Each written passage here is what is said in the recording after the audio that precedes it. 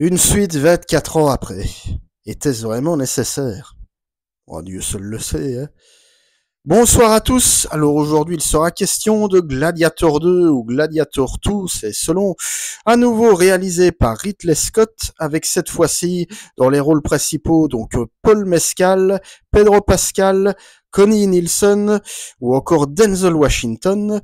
Alors le résumé en quelques mots, donc des années après avoir assisté à la mort du héros vénéré Maximus des mains de son oncle Commode, Lucius est forcé d'entrer dans le Colisée lorsque son pays est conquis par les empereurs tyranniques qui gouvernent désormais Rome d'une main de fer. Et donc c'est la rage au cœur et l'avenir de l'Empire en jeu que Lucius doit se tourner vers son passé pour trouver la force et l'honneur de rendre la gloire de Rome à son peuple. Alors pourquoi est-ce que j'ai eu envie de vous parler et d'aller voir ce film? Eh bien parce que j'adore le premier Gladiator, voilà. Tout simplement, il fait pour moi partie des meilleurs films de Ridley Scott avec Blade Runner et Alien. Pour moi, c'est un peu son tiercé gagnant. Hein. Alien, Blade Runner, Gladiator. Il y a d'autres films de Ridley Scott que j'adore aussi et que je considère comme de très très bons films, notamment Thelma et Louise, American Gangster aussi que j'aime beaucoup, Les Associés aussi avec Nicolas Cage, et même, et oui, des films pas très appréciés, loin de là même, de Ridley Scott, que j'aime bien et dont je parlerai justement un jour, et oui, c'est prévu, à savoir Cartel et Alien Covenant, et oui, voilà, excusez du peu. Ceci dit, voilà, Ridley Scott ne fait pas non plus partie de mes cinéastes préférés. La faute à une carrière en dents de scie, hein, voilà, des films parfois très inégaux, G.I. Jane par exemple, voilà, qui est le premier exemple qui me vient en tête. Voilà. Et que voilà, malgré tout, ça reste un bon réalisateur. Hein, je le disais, à qui l'on doit des films qui sont considérés, n'ayons pas peur de le dire, comme des grands classiques de cinéma, ne fût-ce que Alien et Blade Runner. Et rien que pour ça, voilà, film de Ridley Scott, même la suite de ses films les plus cultes, eh ben ça attire quand même l'attention, voilà. Alors grosso modo, qu'est-ce que j'ai pensé de ce Gladiator 2? Eh bien, voilà, j'ai trouvé le film honorable, voilà. Je l'ai aimé, je le dis directement, je vais développer tout ça. Alors je vais commencer comme d'habitude par la mise en scène. Eh ben, ce qu'on peut dire, c'est que Ridley Scott n'a rien perdu de son sens du spectacle. Hein, c'est à l'instar du premier, quoi. Donc, c'est-à-dire qu'on a un montage qui gagne en épique au fil de l'avancée du récit. Alors, si vous vous souvenez du premier Gladiator, hein, on avait cette intro qui montrait une bataille menée par Maximus, interprété par Russell Crowe, qui menait, donc, je vais dire, ses troupes. Je vais dire, dans une longue bataille devant permettre à Marc Aurèle, donc le père de Commode et l'empereur que Maximus servait, de remporter ses victoires. Donc c'était une manière pour Ridley Scott à la fois d'introduire le personnage de Maximus, de montrer tout le respect qu'il suscite auprès de ses hommes et auprès de l'empereur Marc Aurèle, qui justement décide voilà, de lui demander de prendre sa place en lieu et place de son propre fils Commode, voilà, rien que ça. Et alors ici, sans s'en dire trop, le film s'ouvre un peu de la même manière. Hein. On a voilà une énorme bataille comme ça, opposant donc Lucius qui se fait appeler Anno, donc voilà sous un autre nom parce qu'il tient à rester discret pour des raisons familiales entre autres, qui est donc en guerre avec donc un général donc joué par Pedro Pascal.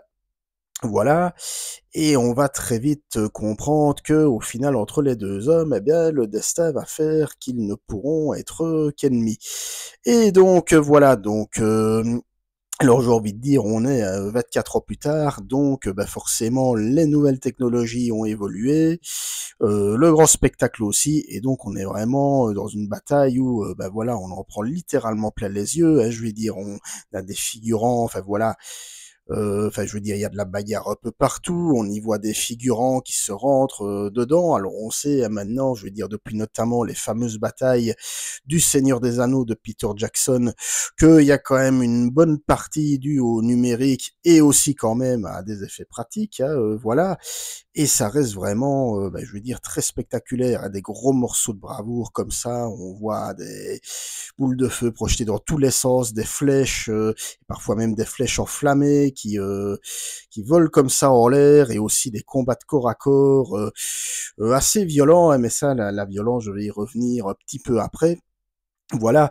Et là, Ridley Scott, il se fait plaisir, hein, avec notamment des plans larges semblables à à des tableaux de peinture. Voilà, Ridley Scott est un vrai passionné de l'art, et d'ailleurs, il a toujours été réputé pour sa très belle photographie, hein, que ce soit, voilà, notamment dans Alien Covenant, ou même les détracteurs du film ont reconnu le fait que, plastiquement parlant, le film était superbe. Voilà, donc on a toujours comme ça cette image très travaillée qu'on retrouvait déjà dans son tout premier film, Les Duellistes, très inspiré d'ailleurs, hein, esthétiquement, de Barry Lyndon, où on voit comme ça ces cadres très beaux, très là dans Les Duellistes, ces grands jardins comme ça, très verts, avec voilà ces paysages très, enfin, avec beaucoup de brouillard, quand je vais dire.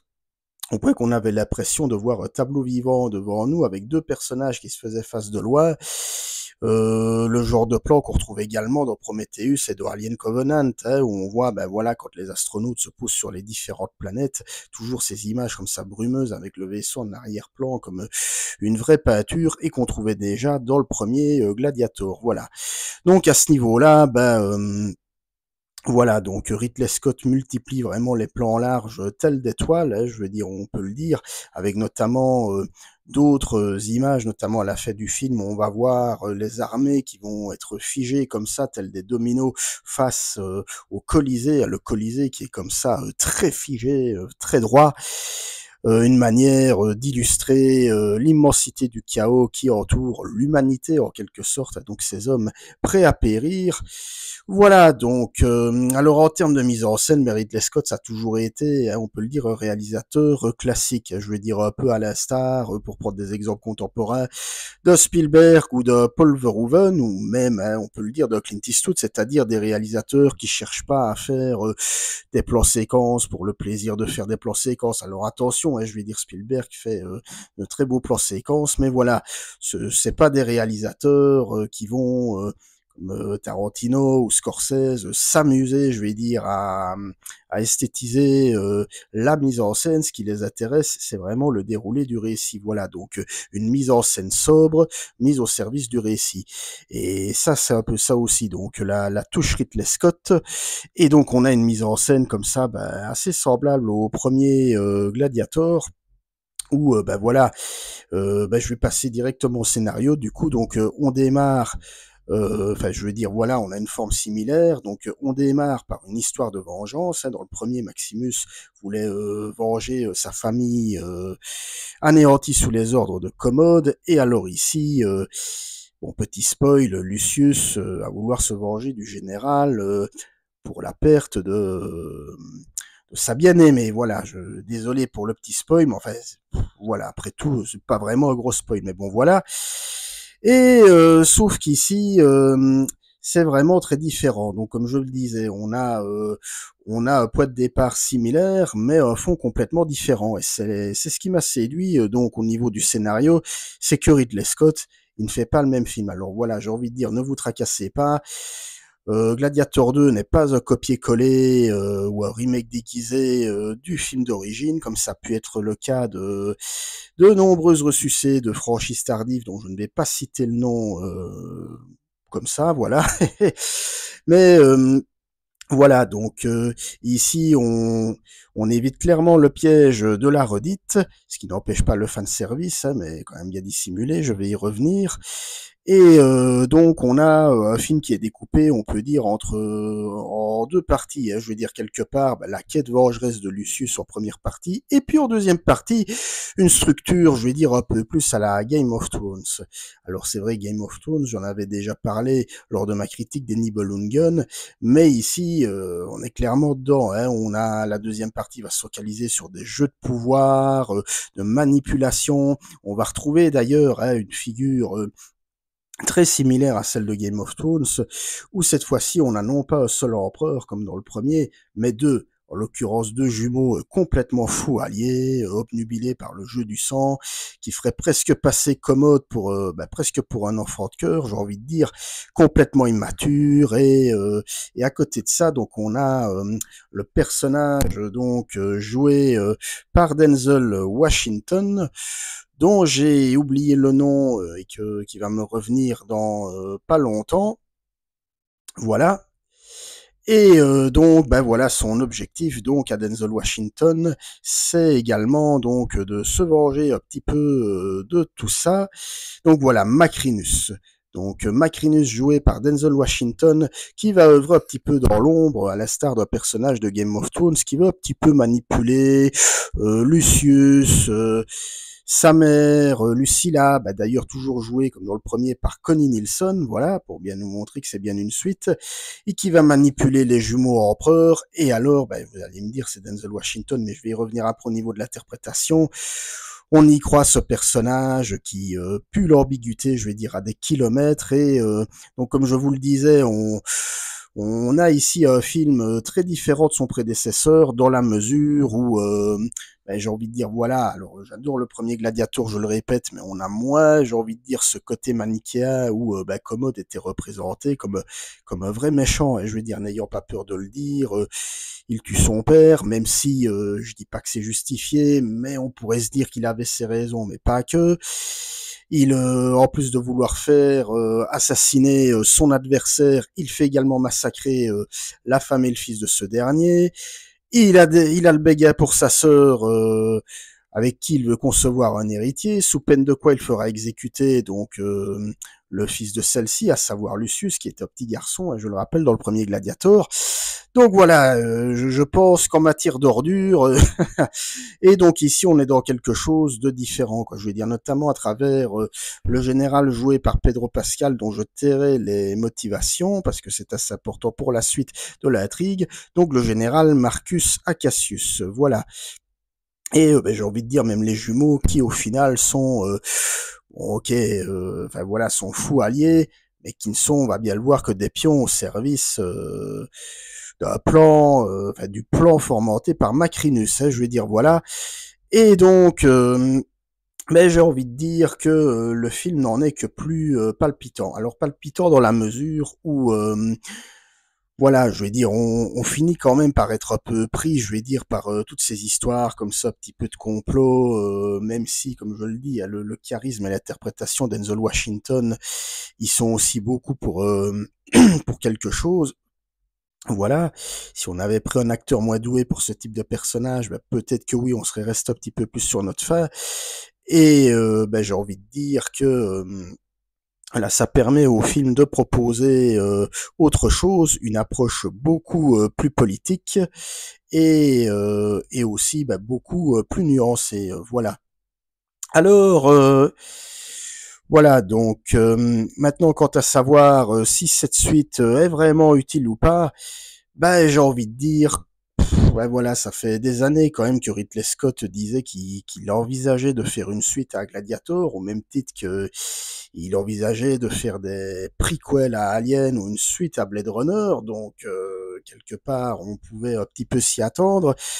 Mais d'un autre côté, on se dit que, alors je vais y revenir, qu'au moins on ne peut pas lui reprocher d'avoir voulu proposer autre chose, même si, et ça je n'en dirai pas plus, il a cassé des codes par rapport au premier. Voilà, il y a des petites choses par rapport au premier, notamment vis-à-vis du personnage de Maximus qui peuvent un peu blesser, même si j'ai envie de dire que Bon ben voilà, je vais le dire d'emblée, on nous présente Lucius comme étant le fils de Maximus, alors que dans le premier, je le disais, Maximus avait déjà un fils du même âge que Lucius dans le premier, à savoir 8 ans, mais on pourrait très bien supposer que, je vais dire qu'au moment où il était, parce que voilà, où il était en couple, je vais le dire, avec Lucilla, peut-être qu'il l'avait mise enceinte sans le savoir, et peut-être que, on n'en sait rien, qu'il a rencontré sa femme quelques mois après, et qu'ils sont nés la même année, mais peut-être à 10 ou 11 mois d'intervalle. Je rappelle quand même qu'une année, c'est 12 mois. Donc sait-on jamais qu'il aurait conclu, je vais dire, avec Lucilla en début d'année et avec son épouse officielle en fin d'année, le résultat est le même. J'ai envie de dire surtout que Maximus dit lui-même à Lucilla, ah ben mon fils aussi va avoir 8 ans. Donc, j'ai envie de dire pourquoi pas, après tout. Là, c'est du cinéma. Je le rappelle, c'est du cinéma. Le cinéma n'est que le reflet de la réalité, voilà. Donc, mais en soi, voilà, j'ai vu que ça pouvait fâcher apparemment certaines personnes. Alors, j'irai pas jusqu'à dire que Ridley Scott fait caca sur sa propre mythologie, pour le dire poliment. Mais voilà, on sent que voilà qu'il avait envie d'autre chose. Maintenant, parmi les points négatifs, parce qu'on va pas se leurrer, il y en a quand même, c'est au niveau des CGI, et ça a été critiqué. Alors on voit évidemment la fameuse scène des singes.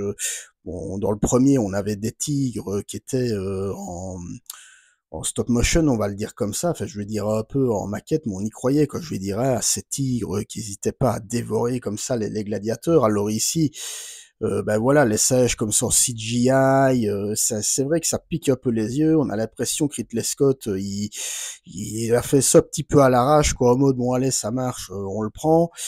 Ce qui pouvait déjà un petit peu décontenancer dans Prometheus et dans Alien Covenant. Hein. Donc voilà, la maîtrise des CGI chez Ridley Scott, c'est pas vraiment trop ça, y compris les fameux requins, parce que oui, on a une scène sous-marine dans le Colisée. Alors j'ai envie de dire que là, ça peut tenir la route aussi. Alors je suis pas un expert en géographie, ou voilà, je suis pas architecte, mais ça a été quand même démontré que oui, il pouvait y avoir de la flotte dans le Colisée, voilà. Et que vu la superficie du Colisée, encore une fois, je suis pas fort en géométrie ni en géographie, mais qu'on peut quand même y croire. Maintenant, bon, voilà, je rappelle que c'est pas un film historique, c'est un péplat. Au même titre que le premier, d'ailleurs, ce sont des péplats. Et un péplat n'a pas vocation à être parfait au niveau de l'histoire. Voilà, ça me permet quand même de le dire. Alors, quant aux autres défauts, j'ai envie de dire, voilà, Pedro Pascal, bon, forcément, qui passe après Russell Crowe, dont l'étoile c'est un petit peu éteinte désormais, mais qui, dans le premier Gladiator, était vraiment au sommet de son charisme. Et la preuve, on s'en souvient tous, c'est Maximus, voilà. Ici, pas Pedro Pascal, Paul Mescal, fait un peu pâle figure, et j'ai envie de dire, voilà, bon, en termes de charisme, alors oui, on peut se dire qu'il est beaucoup plus jeune que Maximus, qui doit encore faire ses preuves, mais on sent que, voilà, on a l'impression que même s'il tente de défendre son personnage comme il peut, parce qu'on le sent habité dans les scènes de rage, on sent qu'il en veut, on sent que il a un lourd passé familial derrière lui, vu que ses relations avec sa mère sont plus vraiment au beau fixe comme elles pouvaient l'être dans le premier, hein, mais c'est encore qu'un petit garçon, je le rappelle. On sent qu'il a envie de défendre des choses, mais voilà, quoi. Je vais dire, c'est quand même un petit manque, je vais dire, de charisme et de prestance dans son jeu. Là où justement, on a Pedro Pascal qui incarne son ennemi entre gros guillemets. Voilà, je vous dirai pas plus, mais voilà, Pedro Pascal qui est très convaincant, voilà, qui a ses propres motivations à lui et qui joue son personnage, voilà, enfin, je veux dire de manière, bon voilà, il fait son boulot de général, il est lui-même tourmenté par la guerre, etc. Donc il y a un côté très humain, comme Pedro Pascal a pu le démontrer dans plusieurs de ses rôles. Donc vraiment, très bonne surprise. Et alors, ben, je vais le dire, la cerise sur le gâteau, on a Denzel Washington qui se fait plaisir dans ce rôle comme ça de Macrinus, d'homme de l'ombre. Littéralement, on sait pas trop ce qu'il veut. Est-ce qu'il est du côté de Lucius? Est-ce qu'il est du côté des jumeaux empereurs? Voilà, on sent que c'est vraiment celui qui tire les ficelles, littéralement l'homme de l'ombre, qui a aussi un lourd passé derrière lui qui va finir. Et vraiment, bah, je dis Denzel Washington, qui n'est plus à présenter, le charisme incarné, qui vole littéralement la vedette à tous ses partenaires de jeu quand il arrive. Alors, certains ont dit par-ci par-là qu'il avait tendance à cabotiner, voire même à en faire des caisses. Mais j'ai envie de dire non pour la simple et bonne raison que Denzel Washington, en bon acteur qu'il est, a toujours su trouver le parfait équilibre entre, j'ai envie de dire, moments sérieux et moments un petit peu plus triviaux, quoi. Je veux dire, voilà, les moments un petit peu plus festifs, comme les combats de gladiateurs dans l'arène, bah là, forcément, on le voit tout sourire, hein, tout... euh, enfin, voilà, rempli de joie. Et alors, les moments où il œuvre un petit peu plus dans l'ombre, bah là, oui, il se fait un petit peu plus sombre, un petit peu plus un petit peu plus taciturne. Et j'ai envie de dire, bah, il faut un acteur de ce calibre pour jouer ce type de rôle. Mais j'ai envie de dire, Denzel Washington, même dans un mauvais film, remonte toujours un petit peu le niveau. Donc, voilà, voilà. Donc voilà en gros ce que je pense de ce Gladiator 2 que j'ai bien aimé. Voilà, alors attention, je ne suis pas du tout en train de dire que c'est un chef-d'œuvre, loin de là, c'est même pas le film de l'année.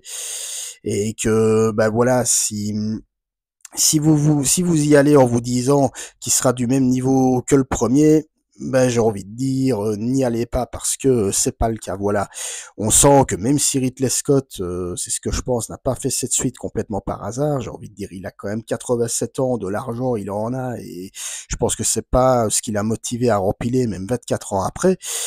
Mais voilà, il y a l'envie de proposer un autre film, voilà, un film plus axé, je vais dire, sur la politique et sur les intrigues un peu de royauté, complotisme, un peu dans le style Roi Maudit ou Game of Thrones par exemple, ce genre de choses. Mais voilà, allez-y en vous disant que vous allez passer un bon moment, c'est un bon divertissement, c'est un bon blockbuster, voilà, intéressant à plus d'un titre, bien joué, bien filmé, parfois un peu inégal. Alors on est très loin de la puissance émotionnelle du premier, parce que le premier Gladiator, c'est pas un film qui avait uniquement marqué les esprits de par ses séquences d'action ou autre. C'est un film qui avait marqué les esprits par sa puissance émotionnelle. D'ailleurs, pour tout vous dire, j'ai pleuré en revoyant le film il y a 3 semaines, hein, par la fin. Voilà, cette fin absolument magnifique, avec en plus la musique d'Hans Zimmer, etc. La prestation impeccable de Russell Crowe. Donc voilà, ici, clairement, on n'est pas au même niveau que le premier, mais je pense pas que c'était non plus le but de Ridley Scott de faire un film du même calibre. Mais donc voilà, donc un bon moment, un bon divertissement, une suite qui, je le répète, n'est pas un remake déguisé comme ça peut être le cas de nombreuses autres sagas depuis maintenant une bonne dizaine d'années. Et oui, déjà, voilà, voilà, c'est pas Alien Romulus, hein, donc voilà, disons-le d'emblée, c'est pas un fan film, même si oui, il y a un peu du fan service, il y a des répliques du premier qui sont redites, mais on pardonne, quoi. Je veux dire, sur un film de 2h30, il y a beaucoup de choses à savourer, donc vraiment, je vous le recommande. Si vous avez aimé cette vidéo, ben, n'hésitez pas à la liker, à la partager. Si vous avez vu le film, à me dire ce que vous en avez pensé. N'hésitez pas à me suivre sur les différents réseaux sociaux, vous les connaissez. Quant à nous, bon, on se retrouvera très bientôt pour parler de la deuxième partie des Nibelungen, hein, avec la vengeance de Kriemhild. En matière de sorties récentes, on parlera de Vaiana 2, et de Here, hein, le nouveau Robert Zemeckis, entre autres. D'ici là, je vous souhaite d'ores et déjà une bonne fin de semaine, et donc à très bientôt. Salut, ciao.